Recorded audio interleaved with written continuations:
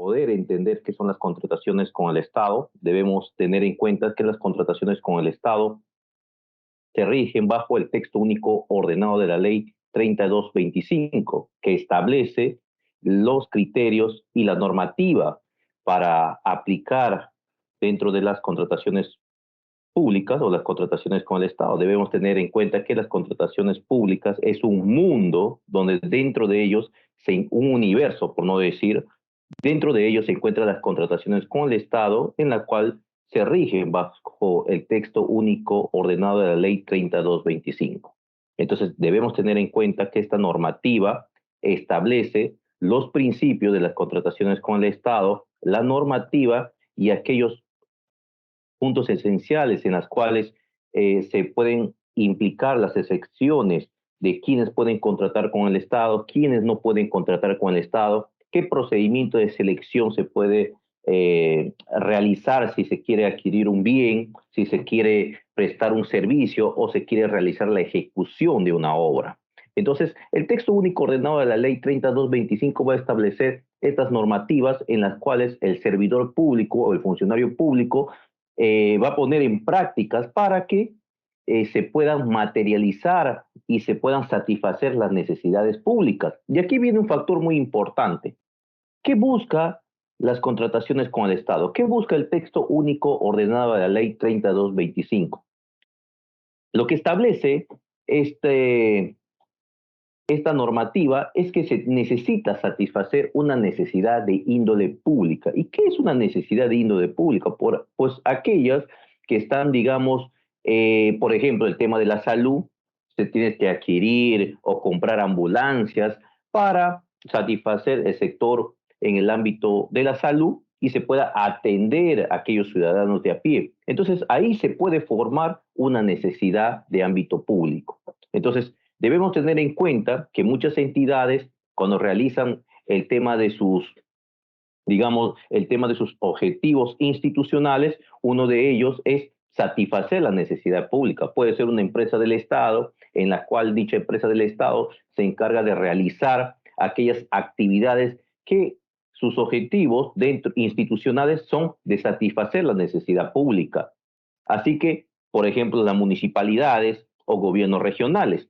Entonces debemos tener en cuenta que el texto único de la ley 3225 establece aquellos parámetros necesarios para que el funcionario servidor público pueda realizar aquellos procedimientos para materializar en una ejecución contractual. Ahora bien, también el texto único ordenado de la ley 3225 establece las normativas para aquellos futuros postores, proveedores del Estado, aquellos futuros proveedores que deseen contratar con el Estado. Entonces ahí vamos a encontrar muchas características de quienes sí pueden ser proveedores del Estado, cuáles son esos requisitos esenciales. Por ejemplo, uno de los requisitos esenciales para contratar con el Estado es tener el Registro Nacional de Proveedores, que es el famoso RNP, de estar también estar habilitado para contratar con el Estado.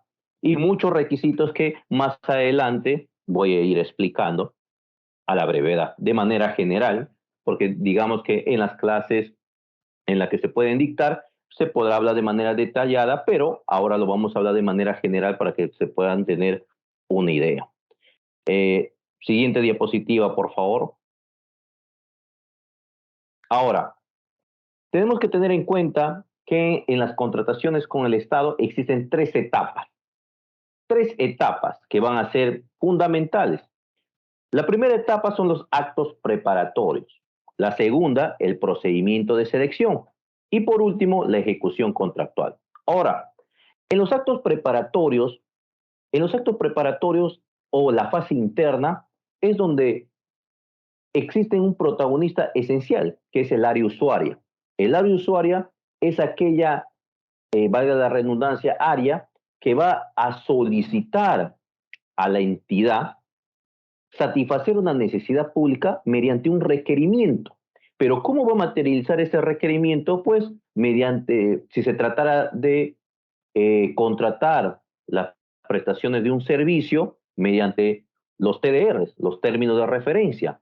Si se tratara de adquirir un bien, por ejemplo, la compra de computadora, estaríamos frente a especificaciones técnicas. Y si se tratara de la ejecución de una obra, estaríamos frente a un expediente técnico para la ejecución de dicha obra. Entonces, si se dan cuenta, eh, cada, cada forma de contratar, si se tratara de bienes, obras o servicios, tiene una característica peculiar. Entonces, ya sabemos que si se menciona términos de referencia, estaremos frente a la contratación de un servicio. Si estaríamos frente a especificaciones técnicas, estaríamos frente a la adquisición de bienes. Y si estaríamos frente a un expediente técnico, estaríamos frente a la ejecución de una obra. Entonces, teniendo claro estos principios, nos vamos, claro, digamos, esta etapa de actos preparatorios es donde el área usuaria lo va a materializar mediante un TDR, especificaciones técnicas o el expediente técnico. Entonces, el área usuaria aquí va a materializar cuál va a ser su necesidad, por qué quiere adquirir dicho bien. Sí, tengo alguna pregunta. Paco creo que levantó la mano.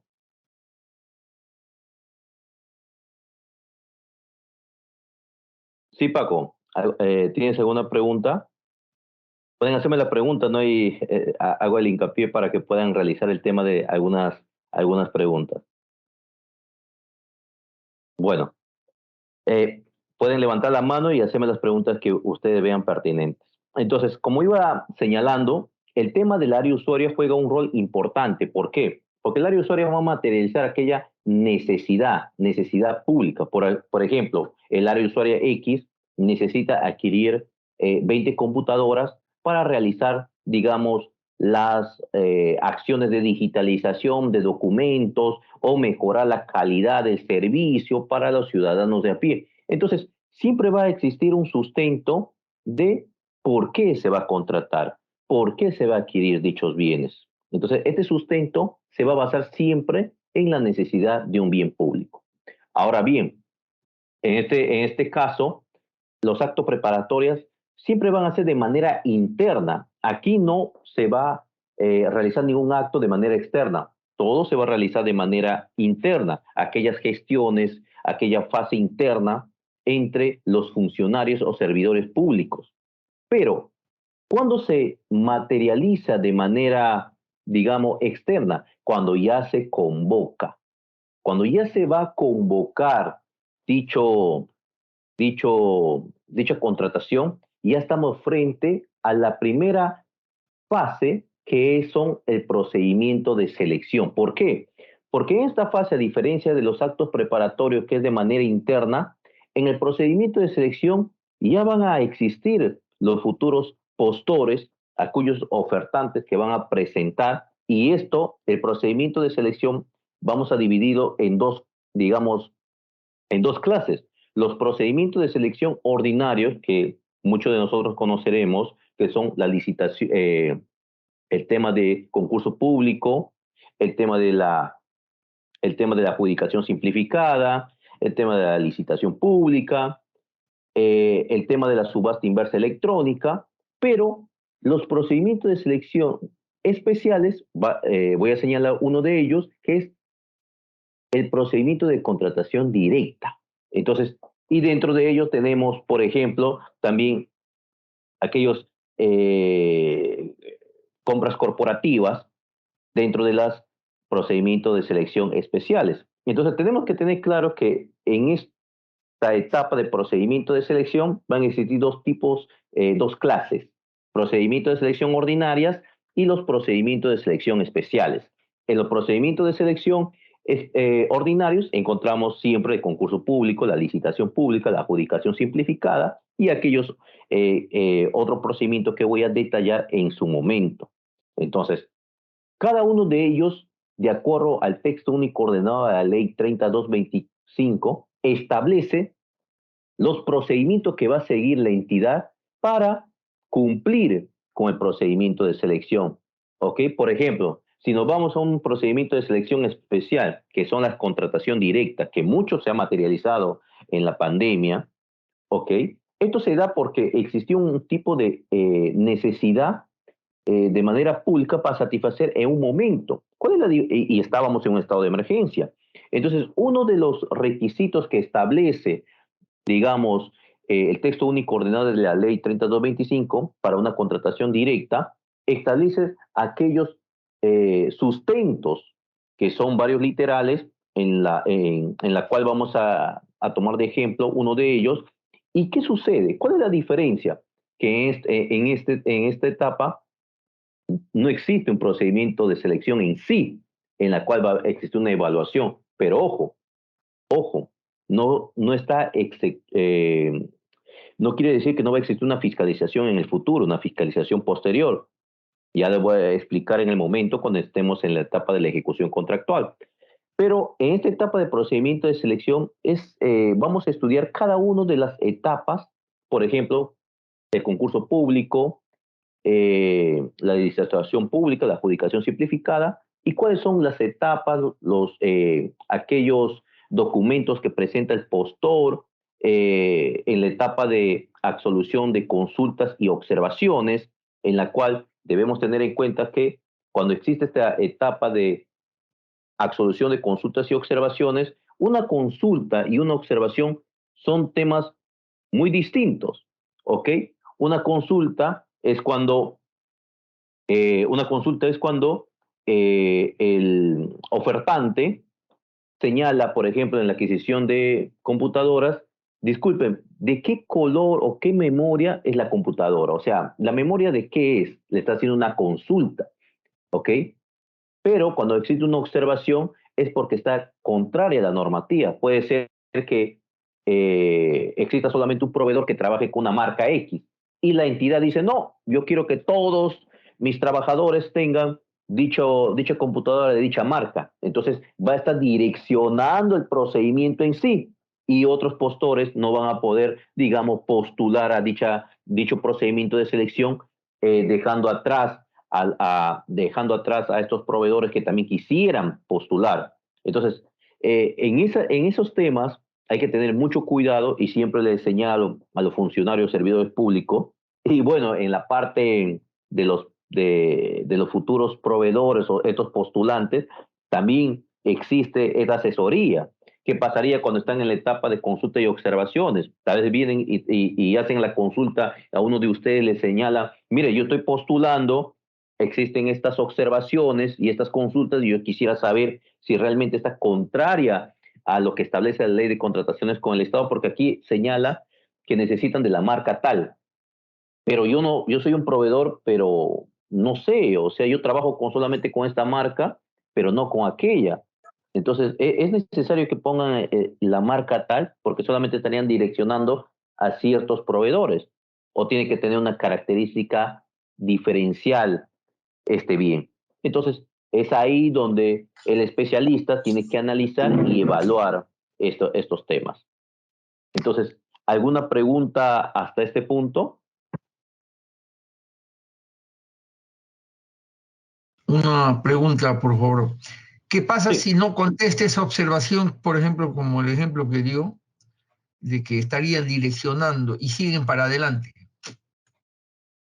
Pues lógicamente que lo que va a suceder es que aquí va a existir una responsabilidad por parte del, de los funcionarios o servidores públicos. Debemos tener en cuenta que quien conduce la contratación es un comité especial, que es un comité que está conformado por un miembro del área usuaria, por un miembro tal vez especialista en el campo y un miembro del órgano encargado de contrataciones, que en este caso puede ser de logística. Entonces, si existe un documento detallado porque los futuros proveedores hacen esta consulta y no es absuelta, pues lógicamente se puede comunicar de aquellas, digamos, irregularidades más adelante en una apelación a la buena pro. Debemos tener en cuenta que hay la última etapa que termina el, el procedimiento de selección es en el consentimiento de la buena pro. Hay una gran diferencia entre el otorgamiento de la buena pro y el consentimiento de la buena pro. ¿Cuál es la diferencia? Que en el otorgamiento de la buena pro ya se da el ganador. Se dice que la empresa A es la ganadora, pero existe un plazo en la cual aquel que está postulando puede decir, bueno, yo en su momento hice esta observación, yo me quedé en segundo lugar, o en su momento la empresa X hizo esta observación y era contrario, y apelas ese otorgamiento de la buena pro, y va a depender del monto.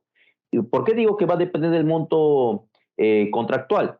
Porque de acuerdo a eso se va a evaluar si lo va a resolver la misma entidad que está convocando o lo va a resolver el Tribunal de Contrataciones con el Estado.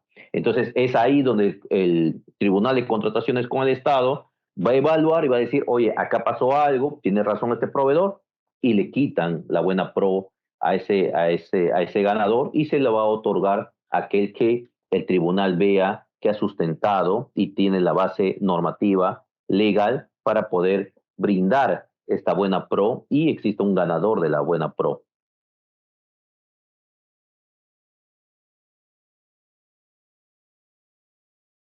Y ojo, también tenemos que tener en cuenta que la responsabilidad de aquellos funcionarios va a caer porque, digamos, estos funcionarios o el comité de selección en sí tiene que ser es un colegiado y tiene que ser responsable de aquellas actividades que está realizando. Entonces, es un punto que siempre los especialistas en temas de contrataciones con el Estado, y he visto en muchos casos, mayormente esto sucede en las municipalidades, ¿ok? Pero en empresas netamente del Estado he visto mucha diligencia por parte de los funcionarios que son muy responsables en el tema de, más que todo en las observaciones, porque tanto en las consultas es más manejable que una observación, porque cuando se da una observación es porque está contraria a la normativa de contrataciones con el Estado. Otra pregunta, por favor.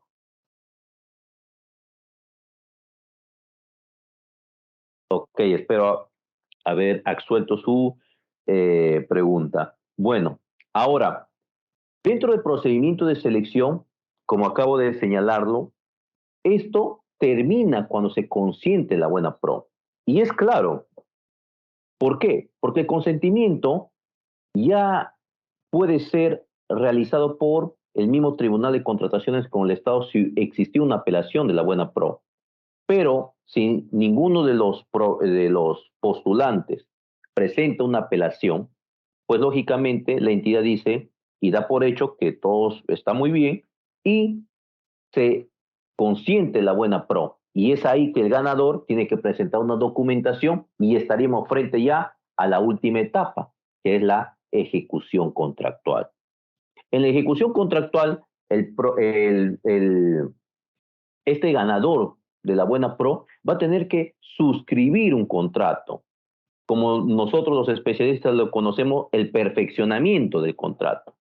Va a presentar una garantía de cumplimiento, documentaciones que establece el texto único ordenado de la ley 3225, y este futuro proveedor, una vez suscrito el contrato, ya va a cumplir con lo que establece en su momento las bases integradas, que era en el procedimiento de selección. Las bases integradas van a ser las reglas del juego donde se han establecido la oferta que tenía que presentar, cuáles serían las responsabilidades que tenía que realizar, etcétera, etcétera. Entonces, una vez suscrito el contrato, si existiera alguna controversia, la misma ley de contrataciones con el Estado señala que las controversias van a ser solucionadas vía conciliación o mediante un procedimiento de arbitraje. ¿Por qué nos damos cuenta que el Estado, miren, el Estado no confía en el Poder Judicial? Porque podría señalar ahí, si sucediera un tema de una controversia, pues se resuelve en fuero judicial dentro del ordenamiento jurídico. No, te manda de frente a arbitraje. ¿Por qué? Porque el procedimiento de arbitraje debemos tener en cuenta que dentro de nuestro sistema jurídico existe dos formas. el judicial y el extrajudicial. Dentro del extrajudicial encontramos los MAR, que son los mecanismos alternativos de resolución de conflictos. Encontramos la negociación, la mediación, la conciliación y el arbitraje. El arbitraje es donde puede ser un arbitraje ad hoc o un arbitraje institucional. ¿Cuál es la diferencia? Que en un arbitraje institucional uno se va a regir a la regla del juego de la institución, pero en un arbitraje ad hoc la regla del juego lo van a poner las partes. Van a existir las partes van a designar sus árbitros y esos árbitros van a designar a uno más que serían el árbitro, el tercer árbitro, en la cual él va a decidir mediante un laudo arbitral que tiene la naturaleza de una cosa juzgada la decisión sobre esa controversia. Normalmente siempre sucede por aquellos incumplimientos, tanto por la entidad en la forma de pagar o alguna penalidad, por aquellos incumplimientos que vaya a cometer el proveedor. Entonces, si se dan cuenta, existen dos tipos de mercado. El mercado de las entidades, en la cual el especialista va a asesorar con sus conocimientos, y por el ámbito de aquella empresa o persona natural, persona jurídica o persona natural que está brindando su servicio y no ha sido correspondido de acuerdo a un pago.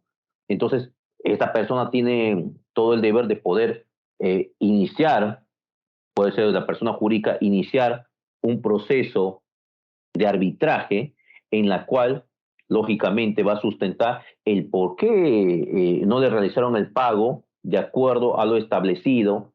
Entonces, existe mucho mecanismo, o por qué le materializaron una penalidad. Tal vez, digamos, pasó, yo tengo que entregar 20 computadoras en un sitio determinado a la municipalidad X que queda a 35 minutos, y resulta que ya estoy programado, salgo con 3 días de anticipación para llegar a mi destino, y resulta que dentro de esos 3 días hay un bloqueo de carretera. ¿Va a ser responsabilidad del proveedor? Los vamos a tener que evaluar, los abogados de la entidad evaluarán, los abogados del proveedor evaluarán y sustentarán de acuerdo a lo que establece el texto único de la ley 3225. Aquí ya va a depender de cómo cada especialista materialice y sustente. Si estamos frente, por ejemplo, si yo soy abogado defensor del proveedor, lo sustentaré.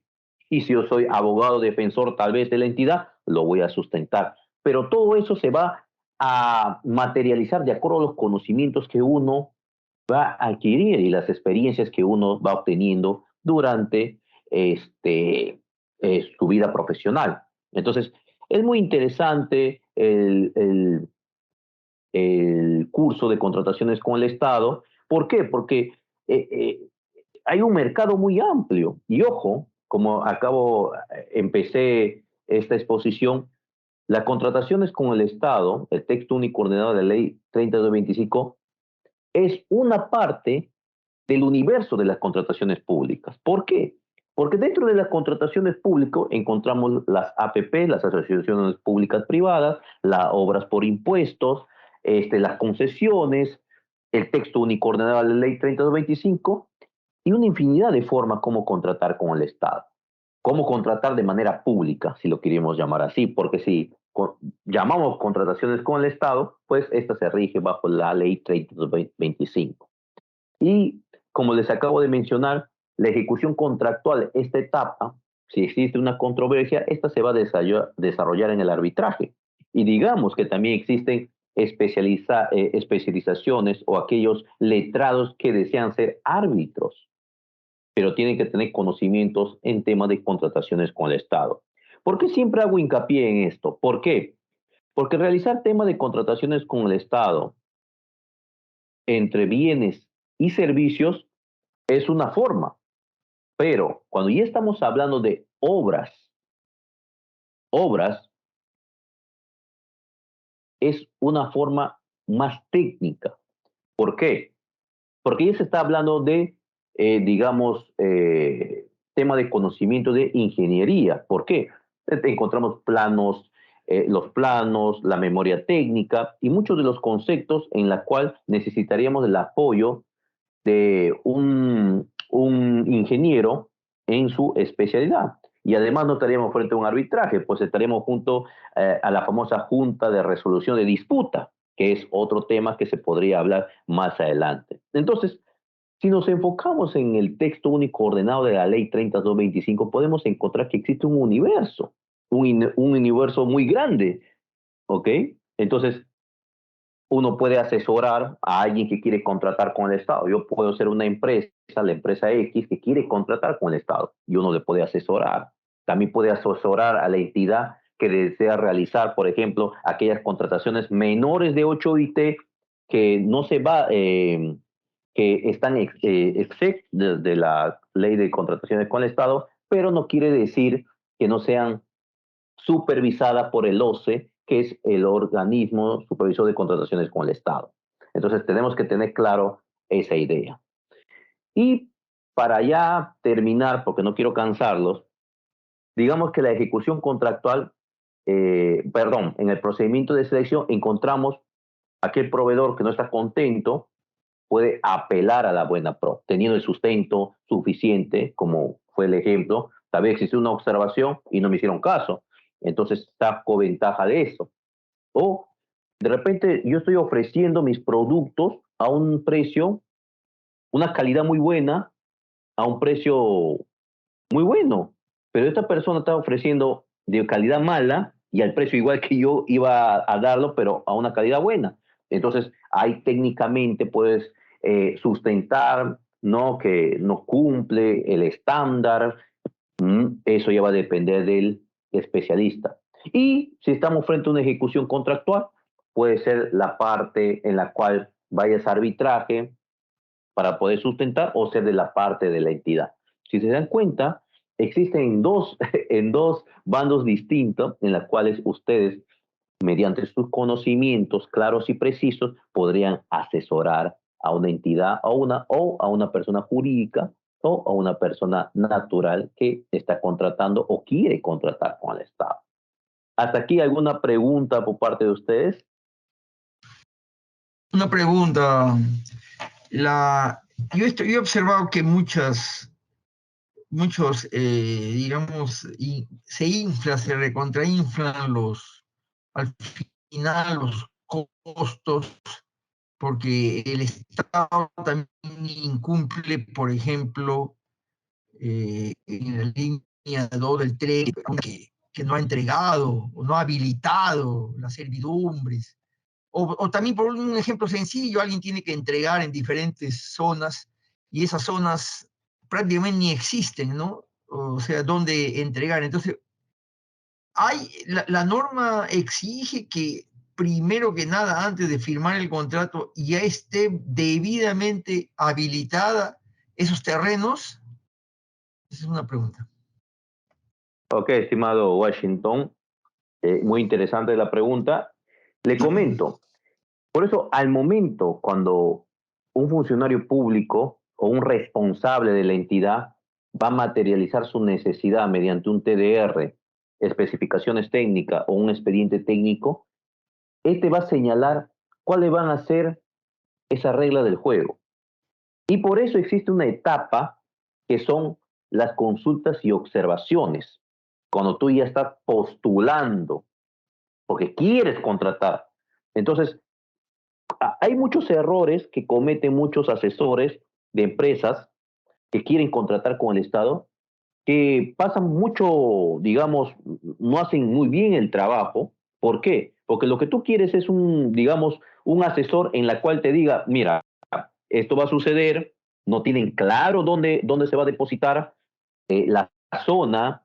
Ellos dicen que tenemos que hacer la entrega en 3 días, pero para llegar a esta zona, por la experiencia que tenemos, pues se puede demorar una semana. Y si llueve, ¿qué pasaría? Ya no sería una semana, sería más de una semana. Entonces, tenemos que tener en cuenta que geográficamente nosotros somos muy complejos. No es lo mismo una carretera en Lima que una carretera en la selva, porque en la selva llueve y tal vez no hay asfalto, se hace barro, te quedas varado, o sea, muchas cosas que podrían pasar.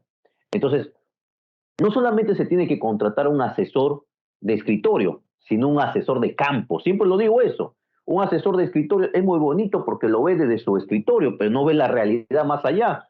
Entonces, con el conocimiento dado,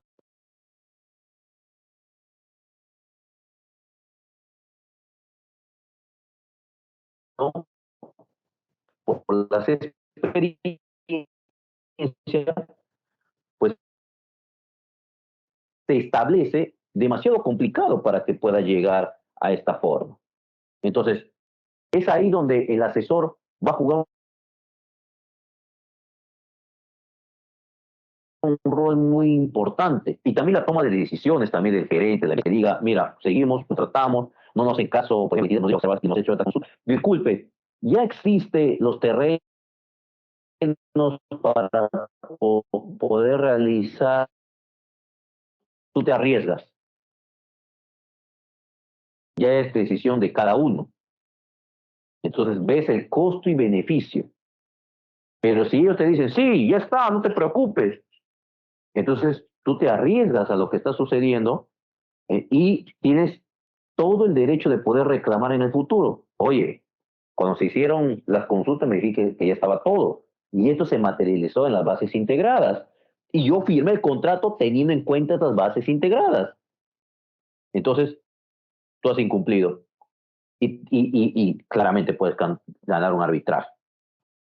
Y estamos hablando de que no solamente te van a cumplir, sino de aquellos perjuicios que te pueden ocasionar. Por ejemplo, tú tienes un cronograma de trabajo y por esperar a ellos tienes que alimentar a tus trabajadores, la movilidad de tus trabajadores se incrementa. Entonces, el tribunal arbitral evalúa todo eso. Entonces, debemos tener en cuenta ese punto. Espero haber contestado absuelto tu pregunta, Washington. Otra pregunta más, por favor.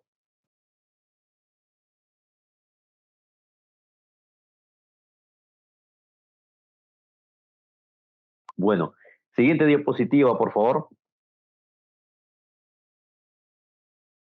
Como les expliqué, en la solución de controversia en las contrataciones con el Estado se da por medio de arbitraje, como justo estábamos platicando estos temas, y siempre estas consultas, cuando se realiza el curso, siempre es un libro abierto para... hay cosas que uno no cree que sucede, pero sí sucede. Parece que fuera una novela escrita por alguien, una ficción, pero suceden en la vida real. Ya, me acuerdo claro, no voy a decir de qué municipalidad, pero estaba capacitando una municipalidad y me hizo una pregunta a alguien muy interesante, que era miembro del comité de selección, pero que también estaba postulando a ese procedimiento de selección. Y yo me espanté y dije, pero ¿cómo? Entonces, ahí nos damos cuenta el grado que algunos funcionarios, y lo voy a llamar malos funcionarios porque no comprenden la responsabilidad y la responsabilidad que les puede caer a ellos. Entonces, es bueno siempre estar capacitándonos y estar averiguando de aquellas actualizaciones que se dan en el texto único ordenado de la ley. Por último, hubo una actualización también en la normativa y en la pandemia muchos de los funcionarios confundían las contrataciones menores a 8 UIT o iguales a 8 UIT con las contrataciones directas. Pensaban que eran lo mismo. Entonces, ahí uno se da cuenta el grado de importancia de la capacitación. ¿Por qué? Porque uno de nosotros va a ser la responsabilidad de usted que va a firmar un documento o que va a poner su visto en dicho documento. Entonces, es necesario tener en cuenta que estas capacitaciones que se realizan es para, más que todo, blindarse en aquellas, valga la redundancia, responsabilidades que se puede tener al firmar o visar un documento. Debemos tener en cuenta eso. Entonces, es muy probable que siempre, ojo, uno con sustento puede decir, yo no puedo visar este documento, ¿por qué? Porque estoy viendo acá que esto no es una contratación, bueno, no se está cumpliendo uno de los principios para una contratación directa. O que este contrato lo quieres hacer por 8 IT, pero supera las 8 IT, o casos que suceden. Uy, ya firmaron el contrato, todo eso, y resulta que el contratista no está habilitado para contratar con el Estado. Entonces, ¿qué se hace ahí? A alguien le va a caer la lluvia. Entonces, esas cosas uno tiene que tener siempre en la mente. ¿Por qué? Porque tarde o temprano la responsabilidad, si uno es funcionario público, va a venir a tocarte la puerta. Porque existe un órgano de control interno en cada entidad que va a fiscalizar las actividades que realiza un servidor público o un funcionario público. Espero a todos los presentes haber hice lo mayor posible para hacer un resumen de manera general, y espero verlos pronto en el curso de contrataciones con el Estado, en la cual se va a dar un plus adicional para un tema en lo que son solución de controversia en arbitraje, que es, digamos, un tema también muy bonito, que es muy interesante, porque en el tema de arbitraje es donde se resuelven aquellas controversias que ya se suscribieron, que ya están suscritas en un contrato, en la cual puede ser por un incumplimiento, o tal vez de manera arbitraria la entidad resolvió el contrato, ni siquiera comunicó notarialmente, por ahí un iluminado de la entidad dijo, no, hay que resolver, no me cae, lo resolvemos. Políticamente, no, no me cae, ese era del otro partido, no. Sucede en la vida real, ¿o no es así, señores? Entonces, espero haber sido de su agrado, espero verlos pronto, y para mí ha sido un placer que me brinde esta oportunidad de poder realizar esta exposición de manera breve, pero con mucho cariño. Muchísimas gracias a todos ustedes. Muchas gracias. Muchas gracias, abogado. Muchas gracias a todos por participar en la reunión y buenas noches con todos. Los esperamos en el curso de contrataciones con el Estado.